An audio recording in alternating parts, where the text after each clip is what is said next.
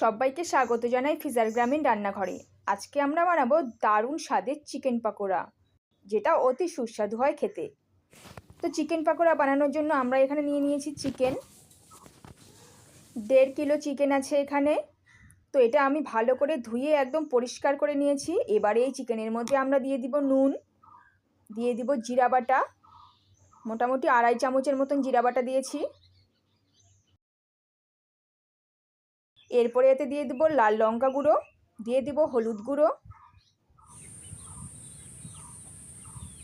এবারে দিয়ে দিব আদা রসুনের পেস্ট। দেখুন সব দেওয়া হয়ে গেছে। এবারে এতে আমি দিয়ে দিব লেবু, একটা গোটা পরিমাণে লেবু দিয়েছি এতে। এটা এই অবস্থায় এখন কিন্তু মেখে রেখে দিতে হবে। এর কিছুক্ষণ পরে এতে আমি দিয়ে দিয়েছি চালের গুঁড়ো, দিয়ে দিব বেসন, এবারে দিয়ে দিব কর্নফ্লাওয়ার। এটা খুব বেশি দেব না। এরপর এখানে দিতে হবে 2টো ডিম ফাটিয়ে। তো আমি নিয়ে নিয়েছি ডিম, এগুলো এখন ফাটিয়ে দিয়ে দেবো এতে। পরে ডিম সহ সব কিছু ভালো করে মাখতে হবে। এটা কিন্তু এই কাজটা কিন্তু একটু সময় নিয়ে করতে হবে।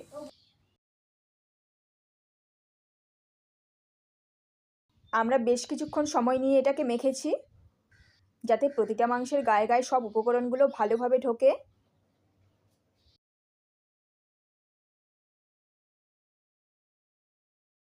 এরপরে এতে আমরা দিয়ে দিব বিস্কুটের গুঁড়ো।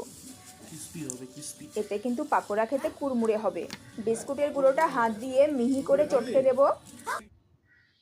সব দেওয়া হয়ে গেছে। এবারে আমরা একটা কড়াই বসিয়ে দিয়েছি আর দিয়ে দিয়েছি তেল।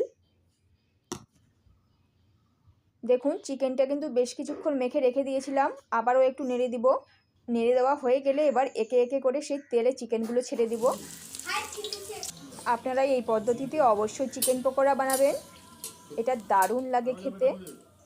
চুলার আঁচ কিন্তু মিডিয়ামে থাকবে আর এই অবস্থায় এটাকে ভাজতে হবে। কিছুক্ষণ পর পর উল্টে পাল্টে নেড়ে দিতে হবে।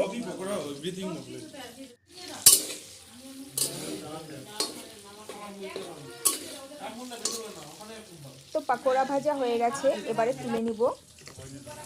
দেখুন তুলে একটা কাগজের উপরে আমরা রাখছি, কতটা সুন্দর লাগছে দেখতে আর একদম কুড়মুড়ে। আবারও তেলে দিয়ে দিয়েছি চিকেন ছেড়ে। এটা উল্টে পাল্টে ভালোভাবে নাড়বো। এবার দিয়ে দিব চিকেনের লেগ পিসগুলো। দেখুন এগুলো কত সুন্দরভাবে ভাজা হচ্ছে।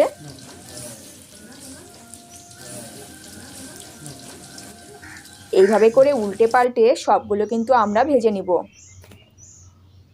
তো দেখুন আমাদের ভাজা হয়ে গেছে, এদিকে ভাজা হচ্ছে আর ওদিকে সব খেয়ে খেয়ে শেষ হয়ে যাচ্ছে।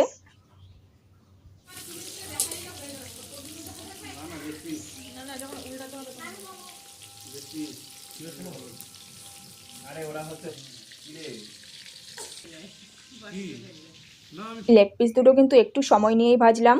এটা এখন তুলে দিলাম। তো দেখুন আমাদের পাকোড়া একদম কমপ্লিট। সবগুলো পাকোড়া দারুণ হয়েছে, দেখতেও দারুণ আর স্বাদেও কিন্তু দারুণ। এই ছিল বন্ধুরা আজকের এই রেসিপি। তো এই রেসিপি আপনাদের কেমন লাগলো তা নিচের কমেন্টে জানান।